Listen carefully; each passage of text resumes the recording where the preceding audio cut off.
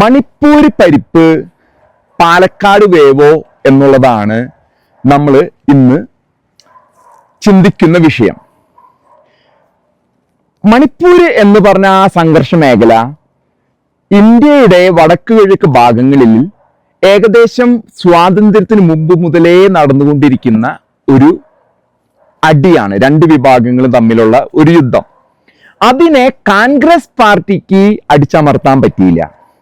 അതിനുശേഷം വന്ന BJPക്കും അതിനെ തടഞ്ഞു നിർത്താൻ സാധിച്ചില്ല. അത് അങ്ങോട്ടും ഇങ്ങോട്ടും എപ്പോഴും സംഭവിച്ചുകൊണ്ടിരിക്കുന്ന അടിയാണ് ഈ സംഭവം. എന്നാൽ 2 വർഷം മുമ്പ് ഏകദേശം നമ്മൾ പറഞ്ഞത് ക്രിസ്ത്യാനികൾക്കെതിരെയാണ് എന്നൊക്കെ പറഞ്ഞ് ഒരു 10-250 പള്ളി കത്തിച്ചു. അങ്ങനെ കുറെ സംഭവങ്ങൾ അവിടെ നടക്കുന്നുണ്ട്. ഒരു പക്ഷത്ത് RSS ഉണ്ട്, മെയ്തേയ് ഭാഗത്ത് RSS നിൽക്കുന്നു, കുക്കി ഭാഗത്ത് ക്രിസ്ത്യാനികളാണ്, അവിടെ അവര് ബർമയിൽ നിന്ന് വരുന്നു, അങ്ങനെ പല മ്യാൻമാരിൽ നിന്ന് വരുന്നു എന്നൊക്കെ പല വിധത്തിലുള്ള ചർച്ചകൾ അങ്ങോട്ടും ഇങ്ങോട്ടും രാഷ്ട്രീയ എതിരാളികൾ വ്യക്തമായിട്ട് യൂസ് ചെയ്യുന്നുണ്ട്. എന്നാൽ ഈ കഴിഞ്ഞ 2 വർഷങ്ങൾക്ക് മുമ്പ് നമുക്ക് അറിയുന്നത് പോലെ 2 വർഷത്തോളമായി ആ സംഘർഷത്തിന് ഗംഭീരമാകുകയും അവിടെ കത്തിക്കലുകള്, കൊല്ലലുകള്, സംഘർഷങ്ങൾ നടക്കുന്നു. ഇന്ന് കേരള മാധ്യമങ്ങൾ ഈ വിഷയം ഏതോ 2-3 ആൾക്കാരെ ഇവിടെ കൊല്ലപ്പെട്ടു, ഏതോ കത്തിക്കൽ വീണ്ടും നടന്നിരിക്കുകയാണെന്ന് പറയണേ. എത്രമാത്രം ഉഡായിപ്പാണ് കേരള മാധ്യമങ്ങൾ ഇതിലൂടെ കാണിക്കുന്നത്. ഇന്ന് കേരള മാധ്യമങ്ങളുടെ ആണും പെണ്ണും ഒരുമിച്ച് അവിടെ പോയിട്ട് മൈക്കും പിടിച്ച് അവിടെ കത്തി ഇവിടെ കത്തി 2-3 ആൾക്കാർ അവിടെ മരിച്ചത് അത്ര വലിയ സംഭവം കേരള മാധ്യമങ്ങൾക്ക് എന്തുകൊണ്ടാണ് ഈ പാലക്കാട് തെരഞ്ഞെടുപ്പിന് മുമ്പ് വരാനുണ്ടായ വിഷയം? ഇതുമായിട്ട് ബന്ധപ്പെട്ട് വളരെ ഒരു സംഘടിതമായ നീക്കം നമ്മുടെ മലയാളം സംസാരിക്കുന്ന ഏകദേശം ഒരു 10-20 ചാനലുകൾ എങ്ങനെ സംഘടിതമായി ഒരു 2-3 ആൾക്കാർ അവിടെ മരിച്ചതിന് വേണ്ടി ഇന്നലെ അവിടെ ചെന്നു. ഇവരെന്നാല് ഒരു 100-150-200 ആൾക്കാരെ 2 വർഷം മുമ്പ് 1 വർഷം മുമ്പ് അവിടെ വലിയൊരു സംഘർഷം നടത്തുമ്പോ ഒരുത്തനും അവിടെ പോയില്ല. ഒരു മാധ്യമവും അവിടുന്ന് ലൈവ് റിപ്പോർട്ട് ചെയ്യുക ഒന്നും ഉണ്ടായിരുന്നില്ല. ഇന്ന് 2-3 ആൾക്കാർ മരിച്ചത് പാലക്കാട് ഇലക്ഷന് മുമ്പ് അങ്ങോട്ട് കത്തിക്കേറിയിരിക്കുകയാണ്. എന്തൊക്കെയോ എവിടെയൊക്കെയോ ചീഞ്ഞു നാറുന്നില്ലേ?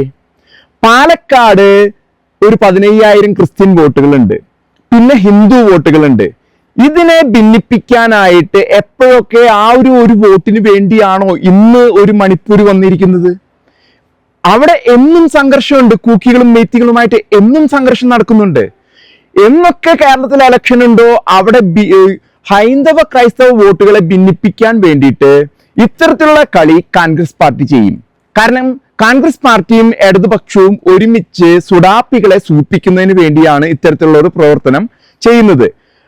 ഇവിടെ മുനമ്പം വഖഫ് പോലെയുള്ള വിഷയങ്ങൾ കത്തി നിൽക്കുന്നതിന് മാറ്റം വേണം. പാലക്കാട് സുഡാപ്പികൾക്ക് ആയിട്ട് കിട്ടുന്ന വോട്ടിനെ ഭിന്നിപ്പിച്ച് അവിടെ രാഹുൽ മാങ്കൂട്ടത്തിനെ ജയിപ്പിക്കുന്നതിന് വേണ്ടിയാണ് ഇവര് ഇത്തരത്തിലുള്ള ഒരു പ്രവർത്തനം ഇന്ന് ചെയ്തത് എന്ന് വേണം നമുക്ക് കരുതാനായിട്ട്. അതല്ലാതെ മണിപ്പൂർ ഇന്നലെ ഒന്നും അത്ര വലിയ സംഭവിച്ചതായിട്ട് നമുക്ക് കാണാൻ സാധിക്കില്ല. എന്നും സംഭവിക്കുന്ന ഒരു കാര്യം സംഭവിച്ചുകൊണ്ടിരിക്കുന്നു.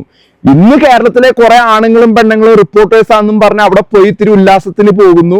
ശ്രീകണ്ഠൻ നായർ അയച്ചു, മൊട്ട അരുൺകുമാർ അയച്ചിട്ടുണ്ട്. എല്ലാ മാധ്യമങ്ങളെയും അവിടെ കൊണ്ടിട്ട് ഇതേ മണിപ്പൂർ കത്തണ ഇന്ന് 2-3 ഒരു ചെറിയ സംഘർഷം അവിടെ എന്തോ എന്നും നടക്കുന്ന പോലെ നടന്നിട്ടേ ഉള്ളൂ. എന്താണ് ഈ പാലക്കാട് ഇലക്ഷന് ഇവര് ഇത്രം ഇത് ചെയ്തിരിക്കുന്നത്? സന്ദീപ് വാര്യരെ ഇങ്ങോട്ട് കൊണ്ടുവന്നിരിക്കുന്നു. എന്നിട്ടും അവർക്ക് ഒരു സംശയം, ഭയമാണ്. കാരണം ഹൈന്ദവ ക്രൈസ്തവ ഐക്യമുണ്ടായി വോട്ടുകൾ ഒരുമിച്ച് വരുന്ന ഒരു സാഹചര്യം സുഡാപ്പികൾ മണത്തിരിക്കുന്നു. അവിടെ STPഐയും PFഐയും പോലുള്ള തീവ്രവാദ സംഘടനകളാണ് പാലക്കാട്. അവർക്ക് പോലും അവിടെ ഒരു നിർണായകമായ ഒരു ഇലക്ഷൻ വരുമ്പോ അവിടെ നമ്മുടെ ഷാഫി പറമ്പിലൊക്കെ കൊണ്ടുവന്നിരിക്കുന്നതാണ് നമ്മുടെ രാഹുൽ മാങ്കൂട്ടത്തിനെ. ആ പയ്യനെങ്ങാനും തോറ്റുപോയി കഴിഞ്ഞ് പിന്നെ ഷാഫി പറമ്പിലിന് തലയുയർത്തി അവിടെ നടക്കാൻ പറ്റില്ല. അപ്പൊ ഈ ഹിന്ദു ക്രൈസ്തവ വോട്ടുകളെ ഭിന്നിപ്പിക്കണം. അവർ ഇത്ര നാളും ഹോട്ടായിട്ട് നിൽക്കുന്ന സബ്ജക്ട് വഖഫും മുനമ്പായിട്ട് നിന്നിരുന്നതാണ്. അത് ഒരു ഒറ്റ ദിവസത്തില്. അപ്പൊ നമ്മൾ നോക്കണം എത്രമാത്രം ചീഞ്ഞു നാറിയ ജേർണലിസമാണ് കേരളത്തിലെ ഈ കൂതറ ചാനലുകൾ കൊണ്ടു നടക്കുന്നത്, മലയാളം പറയുന്ന ചാനലുകൾ കൊണ്ടു നടക്കുന്നത്. അവർ ഒറ്റണത് ആരെയാ? അവരാരെയാ ഭയപ്പെടുന്നേ? ആരെ ഇവർക്ക് നിർദ്ദേശം കൊടുക്കണേ? പെട്ടെന്ന് മണിപ്പൂർക്ക് വിട്ടോ എന്ന് ചെയ്യുന്നേ? അത് ഒരു ദിവസം എന്തെങ്കിലും എവിടെയെങ്കിലും ഒരു BJP ജയിക്കുന്ന ഒരു സാഹചര്യം വന്ന എവിടെയെങ്കിലും ഒരു കന്യാസ്ത്രീയുടെ ഉടുപ്പ് ആരോ തൊട്ടുന്നോ എന്തെങ്കിലുമൊക്കെ ആയിട്ട് അവർ വരും. എന്നിട്ട് ഈ വോട്ടിനെ ഭിന്നിപ്പിക്കും. കാരണം അവർക്ക് ആഗ്രഹം മുഗൾ സാമ്രാജ്യ ഭരണത്തിലേക്ക് തിരിച്ചു കൊണ്ടുപോകണമെന്നാണ് ഈ പറയുന്ന KC വേണുഗോപാലും രാഹുൽ മാങ്കൂട്ടും ഷാഫി പറമ്പിലും മുസ്ലിം ലീഗും അതിന്റെ ചുറ്റും നടക്കുന്ന നമ്മുടെ ഇടതുപക്ഷത്തെ കമ്മികളും ഉദ്ദേശിക്കുന്നത്. അതിന് വേണ്ടിയിട്ടാണ്. കാരണം അവർക്ക് ഒരു പരിചയമായിട്ട് ക്രിസ്ത്യാനികൾ ഉപയോഗിക്കണം. ഈ അടി കിട്ടാൻ പോണത് സുഡാപ്പികൾക്കാണ്. എവിടുന്ന്? ഇന്ന് ഇന്ത്യയിൽ മറ്റു സംസ്ഥാനങ്ങളിൽ നടക്കുന്ന ഏകീകരണം, ഹൈന്ദവ വോട്ടുകൾ, അവരുടെ ഒരു ഏകീകരണം, ഇത് അടി മുഴുവൻ കിട്ടാൻ പോകുന്നത് സുഡാപ്പികൾക്കാണെന്നുള്ളത് സുഡാപ്പികൾക്ക് നന്നായിട്ട് അറിയാം. അപ്പൊ അവര് ഈ ഇങ്ങനെയുള്ള ക്രിസ്ത്യാനികൾ ഇതിനിടയിൽ നിർത്തി ഒരു പരിചയമായിട്ട് ഉപയോഗിച്ച് അവിടെ മണിപ്പൂർ ഇന്ന് കത്തിയ പോലെ കാണിച്ച് വലിയൊരു സംഭവം ഉണ്ടാക്കി ഭിന്നിപ്പിക്കും. കുറെ മണ്ടന്മാരായ ഹിന്ദുക്കളും ക്രിസ്ത്യാനികളും അവർക്ക് കുത്തും. മതേതരത്വം ഇതൊക്കെ പറഞ്ഞ് അവർക്ക് കുത്താനായിട്ട് പാലക്കാട് കുത്തും. ആ ഒരു സംഭവത്തിന് വേണ്ടി ഇത്ര നാറിയ കളി കളിക്കുന്ന ശ്രീകണ്ഠൻ നായര്. ഇന്നാണോ നായരെ നിങ്ങൾക്ക് ഇവിടെ മണിപ്പൂർ കത്തുന്നത് കാണിക്കാൻ ആയിട്ടുള്ള ഒരു മോഹം വന്നത്? മൊട്ട അരുൺകുമാർ എല്ലാവരും പോയിട്ടുണ്ട്. അവരുടെ റിപ്പോർട്ടർമാര് അവിടെയൊക്കെ പെണ്ണുങ്ങൾ ഈ മൈക്കും പിടിച്ച് നടക്കുക, കത്തിയൊന്നും ചോദിച്ച് നടക്കുന്നത് നമുക്ക് കാണാം. ഒരുതരം വൃത്തികെട്ട ജേർണലിസം ആണ് ഇന്ന് കേരളത്തിൽ നടക്കുന്നത്. അവർക്ക് ആ മൈക്കും കൊണ്ട് നിങ്ങൾ ഇവിടെ കാണിക്കോ? എവിടെ? മുനമ്പത്തോ ചെറായിലോ കാണിക്കോ? കാണിക്കില്ല. എന്താ കാരണം? അവിടെ കാണിച്ചാല് മുഗൾ ഭരണത്തിനെ തിരിച്ചു കൊണ്ടുവരാനായിട്ട് സാധിക്കില്ല അവർക്ക്.